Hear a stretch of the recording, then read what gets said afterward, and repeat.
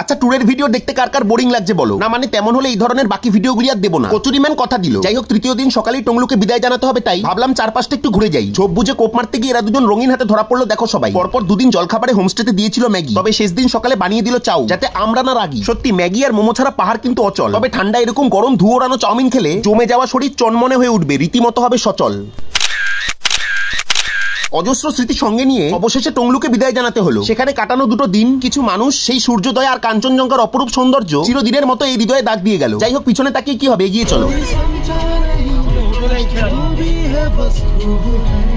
দেখো, আমি বাবা সাইকেলের ভক্ত, তাই আমার গলা হজম করা একটুখানি শক্ত। আর একটু হলে আমাদের এই কিউট ড্রাইভারের কান দিয়ে বেরিয়ে যেত রক্ত। লেপচা জগৎ পৌঁছাতে না পৌঁছাতেই শিলাবৃষ্টি নিয়ে হয়ে পড়লাম।